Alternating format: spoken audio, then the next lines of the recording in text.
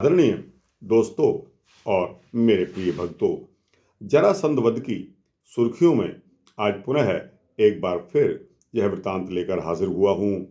दोस्तों, मैंने आपको जरासंध वध के बारे में एक सूक्ष्म वृतांत पहले बताया था, लेकिन दोस्तों एक दूसरे ग्रंथ में यह अच्छी तरह से मेंशन है कि जरासंध का वध क्यों जरूरी था। दोस्तों, जरासंध का वध इसलिए भी जरूरी था क्योंकि धर्मराज युधिष्ठिर, जो कि धर्म के राजा कहे जाते थे और धर्म की नींव पर ही उनका सब कुछ टिका हुआ था, उनके अपने असूल और मर्यादाएं थी। उनके तहत वह राजसूय यज्ञ करना चाहते थे। इस प्रकार युधिष्ठिर की इच्छा जानकर श्री कृष्ण इंद्रप्रस्थ आ गए। स्वागत और सत्कार करने के पश्चात युधिष्ठिर ने कहा कि हे कृष्ण, मैं राजसूय यज्ञ करना चाहता हूँ, किंतु कोरी इच्छा से तो वह नहीं होता ना। वह किस तरह होता है तुम जानते हो। जो सभी का राजा होता है वही राजसूय यज्ञ का अधिकारी होता है, वही राजसूय का अधिकारी है। मेरे मित्र मुझसे आकर कहते हैं कि मैं राजसूय यज्ञ करूं, सो हे कृष्ण, इस विषय में तुम ही निश्चित परामर्श देकर मेरे को कृतार्थ कर सकते हो। दोस्तों, ऐसा सुनकर भगवान श्री कृष्ण ने अपनी जो मेन बाधा आ रही थी उसके अंतर्गत उसके बारे में सोचते हुए उत्तर दिया कि हे युधिष्ठिर, तुमने राजसूय यज्ञ के गुण तो सभी हैं, परंतु यह मेरी सम्मति है कि मगध की राजधानी गिरिव्रज का प्रतापी सम्राट जरासंध जब तक जीवित है तब तक तुम्हारा राजसूय यज्ञ सफल नहीं हो सकता। क्यों कि उसने देश के अनेक राजाओं को गिरिव्रज की कंदराओं में लाकर बंद कर दिया है, जिसके कारण वह गिरिव्रज एक प्रकार से पुरुष व्रज बन गया है। वह जरासंध महादेव का भक्त भी है। हम लोग किसी भी समय शूरसेन देश में रहते थे, किंतु कंस की मृत्यु होने पर उसकी पत्नी ने अपने पिता जरासंध को शूरसेन देश पर आक्रमण करने के लिए उकसा दिया। उस समय हमारे उद्दीच भोजों के 18 कुल भागकर पश्चिम की ओर बिखर गए और हमने रैवतक पर्वत के समीप कुश स्थली नामक राजधानी बनाई। जरासंध की सेना से लड़ना हमारे लिए असंभव कार्य था। 300 वर्षों तक उससे जूझने पर भी हम पार नहीं पा सकते थे। पहले हम लोग आनंदित जीवन बिताते हुए मथुरा में रहते थे, किंतु उसके आक्रमण से अपनी महती श्री को समेटकर धन संपत्ति और बंधु बांधवों के साथ पश्चिम में जाकर बस गए। यद्यपि हमारे 18 कुलों में 18,000 जान पर खेलने वाले व्रात नामक योद्धा भी हैं और भी 7 रथी और 7 महारथी हैं। आहुक और अंधक भोज के पुत्र रण में लोक का सहनन करने वाले हैं, फिर भी आज तक मध्य देश के उस जीवन की टीस हम सबके हृदय में से नहीं मिटती है। इसके अलावा वह जरासंध अकेला नहीं है, सहायक राजाओं का पूरा समूह उसके पक्ष में है। उसने पृथ्वी के मध्य भाग को अपने अधीन किया हुआ है और अपना साम्राज्य स्थापित किया हुआ है। चेदी का शिशुपाल शिष्य की भांति उसका अनुगामी है। करुष देश का वक्र उसके साथ है। कुंती देश यानी कि आधुनिक कोतवार, जिसको दतिया और ग्वालियर का दंत वक्र, प्राग ज्योतिष का भगदत्त, वंग और पुंड का पौंडरिक, विदर्भ का भीष्मक, ये सब उसी जरासंध के गुट में आते हैं। इसे तोड़े बिना कोई राजसूय यज्ञ सफल नहीं हो सकता। हे राजन, मेरी यह मति है कि आगे तुम जैसा ठीक समझो उसको करिए। कृष्ण की बात सुनकर युधिष्ठिर को समझ में आ गई उस समय की जो राजनीतिक परिस्थिति थी, उसमें जरासंध मगध से शूरसेन मथुरा तक के प्रदेश को दबोचकर चट्टान की तरह दृढ़ हुआ बैठा था। सहायक राजाओं की एक श्रृंखला भी उसके चारों ओर कसी हुई थी। मगध से जो साम्राज्य उठ रहा था उसके साथ टक्कर कौन ले, सबसे बड़ा प्रश्न इस बात का था। इसके पश्चात दो प्रकार की शासन प्रणालियां और जरासंध की उत्पत्ति का समाचार वृत्तांत इसमें आता है। तो दोस्तों, यहाँ महाभारतकार ने जरा नाम की राक्षसी से जरासंध की उत्पत्ति का संबंध बताया है। यह मांस और शोणित का भोजन करने वाली नरभक्षिका कोई देवी थी जिसकी पूजा मगध की निषाद जाति के लोग किया करते थे। अवश्य मगध जनपद की इस देवी की कहानी बौद्ध साहित्य में भी आ गई। वहाँ इसको हारीति कहा गया है। वह पहले बच्चों को खाने वाली राक्षसी थी। उसके बाद बुद्ध ने उसके एक बच्चे को छिपाकर उसमें मातृत्व का प्रेम जागृत कर दिया और वह बच्चों की अधिष्ठात्री देवी के रूप में पूजी जाने लगी। यहाँ भी उसने नवजात शिशु के शरीर के दो टुकड़े को अपने मंत्र बल से एक में जोड़कर उसे राजा को सौंप दिया और स्वयं मातृत्व की भावना से भरकर अंतर्ध्यान हो गई। मगध में उसका महोत्सव मनाया जाने लगा और लोग उसका चित्र अपने घरों और दीवारों पर लिखने लगे। हारीति के समान यह भी बहुत पुत्रों की माता मानी जाने लगी। मगध की जरा देवी की भांति गांधार जनपद में भी भीमा नाम की भयंकर देवी थी। उसकी कहानी भी बौद्ध धर्म के साथ जुड़ गई और 500 यक्ष पुत्रों की माता हारीति गांधार देश की सबसे बड़ी देवी बन गई। आगे वन पर्व में भीमा देवी की यात्रा का उल्लेख आया है। आज तक भीमा देवी की यात्रा और उसका मंदिर सारे पंजाब में प्रसिद्ध है। दोस्तों, मगध की तरफ और प्रयाण इस प्रकार मत निश्चित करके कृष्ण, भीम और अर्जुन मगध की तरफ चल दिए। उन्होंने अपने जाने की बात गुप्त रखी और स्नातकों का वेश धारण करके, जो कि विद्या पढ़कर गुरुकुल से लौटते हुए इधर उधर चरक वेश में आते जाते रहते थे और कोई उन्हें शंका की दृष्टि से भी न देख पाए। इस वेश में फूल मालाओं का पहनना आवश्यक था। कृष्ण के सामने दूसरी समस्या यात्रा का मार्ग निश्चित करने की थी। मध्य देश में से साकेत वाराणसी होता हुआ जो मार्ग मगध को जाता था उसे उन्होंने छोड़ दिया। संदेह के निवारण के लिए पहले वे पश्चिम की ओर कुरु जंगल में चले गए, जो वर्तमान हिसार और सिरसा का इलाका कहा जाता है। वहां से कुरुक्षेत्र के पद्मसर नामक स्थान में होते हुए फिर उत्तर पूर्व की ओर मुड़े। वहां कालसी, देहरादून और सुकेत के बीच में कालकूट जनपद था।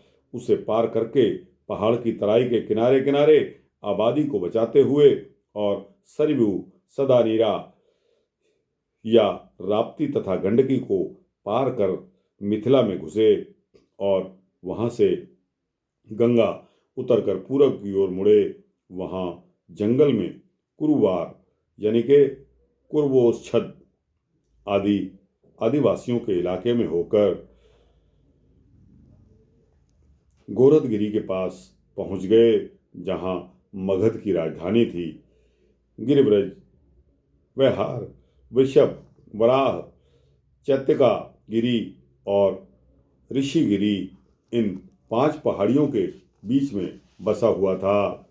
बौद्ध साहित्य में और पुरातत्व की खुदाई से भी इन 5 पहाड़ियों के बीच की बस्ती के प्रमाण मिलते हैं। पहाड़ियों के बीच में गिरिव्रज को घेरने वाला एक बाहरी परकोटा था, जिसके अवशेष 25-30 मील की लंबाई तक पाए गए हैं। यह दीवार पत्थर के बड़े बड़े ढोकों से बनाई गई थी, जिसकी लंबाई कहीं कहीं पर 18 फुट तक मिली है और ऊंचाई भी 12 फुट तक है। इसमें स्थान स्थान पर बुर्ज बने हुए थे। पश्चिम की ओर वैहारगिरी की तलहटी में अभी तक रणभूमि नामक स्थान है, जिसे जरासंध का अखाड़ा भी कहा जाता था। वैहारगिरी के पूर्वी छोर पर जरासंध की बैठक या मचान है। गिरिव्रज की राजगृह भी कहते हैं। इसके बीचों बीच मणिनाग का स्थान था, जो आजकल का मणियार मठ कहलाता है। कृष्ण और दोनों पांडव राजगृह के बाहरी परकोटे के पास पहुंचकर उसके साधारण द्वार के भीतर नहीं घुसे। राजगृह में प्रवेश करने के लिए उत्तरी द्वार, जहां ताप्तोद कुंड है, और दक्षिणी द्वार, जहां से बाणगंगा निकली है, ये दो द्वार थे। कृष्ण आदि को इसी उत्तरी द्वार से प्रवेश करना चाहिए था, किंतु वे ऋषभगिरी की, जिसका दूसरा नाम संभवतः चैत्यक गिरी भी था, की ओर बढ़े। राजमहल के चारों ओर एक अंदरूनी परकोटा था, उसमें भी प्रवेश बहुत कठिन था। किंतु उस समय ऐसा हुआ कि जरासंध के पुरोहित राजा के यहाँ अग्निहोत्रादि कर्म करने के लिए धूमधाम से जा रहे थे। ये भी उन्हीं के साथ मिलकर महल की 3 कक्षाओं को पार करते हुए भीतर जा घुसे। दोस्तों, उसके पश्चात जब भीतर जा घुसे, तब जरासंध के वध का मेन वृतांत आपके समक्ष आता है। तो दोस्तों, वह भी आपको इसी उसमें सुना रहा हूँ कि जरासंध का व्रत था कि वह स्नातक ब्राह्मणों का आधी रात को आने पर भी स्वागत किया करता था।